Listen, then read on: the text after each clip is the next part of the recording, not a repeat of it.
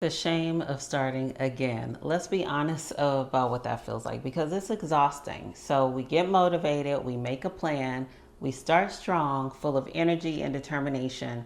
We can already see where this is going.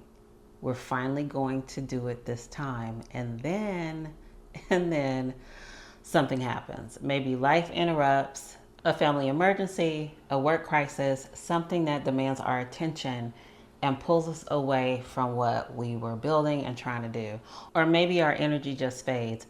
That initial burst of excitement that carried us through the first week or two starts to dim, and suddenly it feels like that we're just dragging ourselves forward. And it's such a big effort. Or discouragement creeps in and that voice is telling us, like, what do you think you're doing? Who are you? This isn't going to work. People aren't going to see what you see and they're not going to like it. Or consistency, it just slips because we miss one day, then two, then a week. And now the gap feels so big that getting back on track, it feels almost impossible. And just like that, we're back at the beginning again. And this is where the shame shows up, at least for me. It's the feeling that says, oh my gosh, not again. We should be better at this now. We should have more discipline, more willpower, more follow through. And we start comparing ourselves to where we should be. We look at the timeline we created in our heads where we thought we'd be by now. And the distance between that and reality, it feels crushing. It really does. But can we pause for a moment and look at what's really happening? Because it's not as bad as we think. What we're calling starting over might actually be something completely different. Because remember when we were kids and we were riding a bike and we fell a lot, but every time we got back on the bike, we weren't starting over from scratch. Remember, we were bringing everything we learned from the last attempt. We knew a little bit more. We knew about balance, about how to steer, about what it felt like before we started the wobble phase, right? Each attempt built on the one before it, even when it felt like we were back at the beginning. And that's what's happening with us, with our vision and our dreams too. The beginning is never the same place twice because we're not the same person. We're not. Every time we start again, we're really starting with more insight, more clarity, more experience about what works and what doesn't. At least we hope so. So when we frame it as starting over, it feels like we've erased all of our progress. Like we're going back to zero, but we're not at zero. We never ever go back to zero. We're at zero plus everything we've learned. Zero plus all the courage that it took to try. Zero plus the fact that we still care enough to begin again. And that's a completely different starting point. And what we're doing is building staying power. So let's talk about what we're actually building when we keep coming back. Consistency is important, yes. We all know that showing up regularly, it creates momentum. The daily action compounds over time, but there's something even more valuable than consistency, and that's resilience. Resilience is what keeps the dream alive when consistency breaks, and it will break because life isn't consistent. Life is messy, and it's unpredictable, and it's full of interruptions all the time. And if our entire plan depends on perfect consistency, then we're screwed. We're setting ourselves up to feel like failures every single time reality doesn't cooperate. But if we build resilience, if we develop the ability to pause and just return, to adjust and keep going, and to subtly get back on track, that's the skill that actually carries us through. And resilience can look like getting back on track after a bad week without the dramatic guilt spiral, without the need to punish ourselves, which is what I do all the time. We don't have to declare that the whole thing was a failure. It looks like reworking the plan instead of quitting it completely. When something isn't working, we don't throw the whole thing away. We don't have to throw the baby out with the bathwater. We can adapt it, adjust it, and try a different approach. And that looks like giving ourselves grace without giving up. We can be kind to ourselves about the pause and still be committed to moving forward. And that's growth because anyone can show up when it's easy. When we're motivated, when everything is going perfectly, it's easy to do that. But the real strength is in showing up after we've stopped. In beginning again when it feels easier to just walk away, and believing that your dream or goal still matters even after we've stumbled. So think about some of the people that you may admire, the ones who actually accomplished something meaningful. I'm pretty sure that their stories aren't about perfect consistency. In fact, I don't think I've heard one. They're about persistence through interruptions and about getting back up, about starting again and again and again until something finally clicks. Quick thing before we continue. There's a saying, closed mouths do not get fed. So I have a favor to ask you. Many of you aren't subscribed yet, and if this video is giving you any kind of value, a new perspective, a spark of motivation, or maybe you just like the channel, I'm asking you to do me a favor and hit the subscribe button. It's free, it takes 2 seconds, and it genuinely helps this message get out to people that may want it, and it helps me and the channel. Thank you so much, I really appreciate it. Now back to the video. Let me share what that's looked like for me. There are times, multiple times, more than I'd like to count, where I stopped doing things. I just went completely silent. The momentum I built, it felt like it evaporated overnight.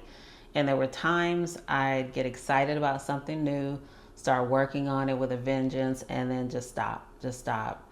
I'd let it be unfinished. And there were times that I completely disappeared from my own goals. There were days that it would turn into weeks where I just didn't work on anything related to my plans. I went through the motions, avoiding the uncomfortable feelings that came with that and thinking about what I'd abandoned. And every single time I tried to return, every time I thought about picking things back up, I felt this enormous weight and disappointment. And my thoughts were, oh, you should be further by now. If you hadn't stopped, imagine where you'd be. And I think that one is the hardest, because it's like, yeah, I would be further along. I felt like I was carrying all of my past stops as evidence against myself. Like each pause was proof that I wasn't cut out for this. What I was doing was dumb, but something kept pulling me back. And the thought of what I was doing was valuable or could be valuable to someone is what kept me going. And something interesting started happening when I kept coming back. Every return, it brings something new. The first time I came back after a long pause, I felt like my voice was clearer. I knew what I actually wanted to say instead of what I thought I should say. I had a stronger why. So I realized I wasn't starting over, I was just starting again. And there's a real difference. There's a difference. Starting over implies that we're back where we began, that we lost all of our progress, and we haven't. Starting again just means we're picking up the thread with everything we've learned, with more wisdom, with deeper commitment, and that's it. Each time I return, I'm slightly different. My vision of myself changes, I'm more aligned, I'm more authentic, and I'm more clear. If I had given up the first time I stopped, or the second, or the fifth, I think it's been 5 times, I would feel like I wasn't meant to do anything. But I kept going and I found my voice, and that's what you're gonna do. So how can we approach again, the dreaded feeling of again, not again? How do we actually do this? How do we start with less pressure? Because that's the goal. We don't want any shame. We don't want that crushing weight. Number 1, start smaller. One of the reasons we burn out is because we sprint out the gate with a vengeance, right? We go from 0 to 100 and we're fueled by motivation and excitement. And motivation, yes, is powerful, but it doesn't last. What we need is sustainable energy that kind of carries us through ordinary days, not just inspired ones. So this time, what if we built slowly? Instead of overhauling our entire routine, we added just one practice. Sustainability is more valuable than speed, in my opinion, because slow and steady actually gets us somewhere. Fast and burned out gets us back to the starting line, and that's not where we're trying to go. Second, use what you've already built. Look at what you've already created. The notes you took, the content that you made, the ideas that you already captured, because they're still part of that foundation. Maybe there's an old piece of content that you can update instead of creating from scratch. We've been treating our past attempts like they're worthless because we just didn't sustain them, but they are worthy. You put time and energy to it. They were practice. Build on them. Let them count for something. Do they have to honk every 3 seconds? We know the train is coming. Third, and this is my favorite, create a return plan. This is something that I wish I had done earlier. Having an actual plan for how to get back on track when life knocks us off course ahead of time. Because it's not if we get off track, it's when. And life is unpredictable, interruptions are guaranteed. So instead of being surprised every time it happens, what if we had a simple 3-step process already ready to go? Step 1, reconnect with your why. Why does this matter?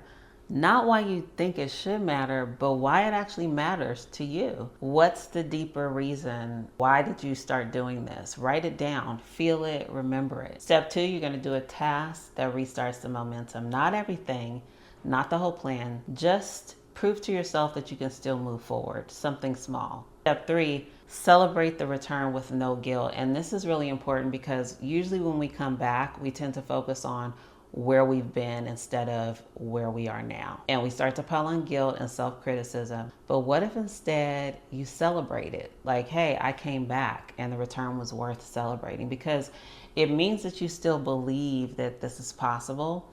And that belief, it will carry you forward. Fourth and last, redefine what on track means, because maybe we've been using someone else's definition of progress. My progress is not yours. Someone else's timeline is not yours. How do we define that for ourselves? What if on track just meant that we're still moving in the direction of our dreams? We're just moving, right? Even if the pace changes, it's irrelevant. What if progress looks less like a straight line and more like a swirly line? Right? Where we're revisiting similar places, but at a higher level each time. And we get to decide what progress means for us. And when we do that, we give ourselves permission to move at a human pace, not hustle culture pace, because I can't do it anymore. I don't have the energy or the bandwidth to move with hustle culture. Okay, in this series, we end with a small move for the day.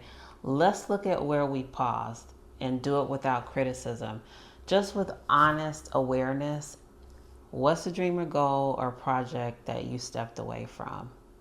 The one that's been quietly waiting for you to come back to. Choose one thing and return to it without the grand relaunch. Just return. Drop a comment right now and say, I'm picking it back up. Make it real, say it out loud. And remember, if you need any encouragement, I did the audio series just for that. It's From Stuck to Unstoppable. There's 3 free audios. They're very, very short. It's 3 to 5 minutes, because who has the time, right? Nobody wants to listen to an hour long. They're just bite-sized, like little pick-me-ups. And they're designed specifically for days when you need a reminder that you're still on track, even when the pace changes, even when the path gets messy. The link's in the description. Subscribe if you haven't already. I really appreciate it. And remember, there's real strength in your return. Bye.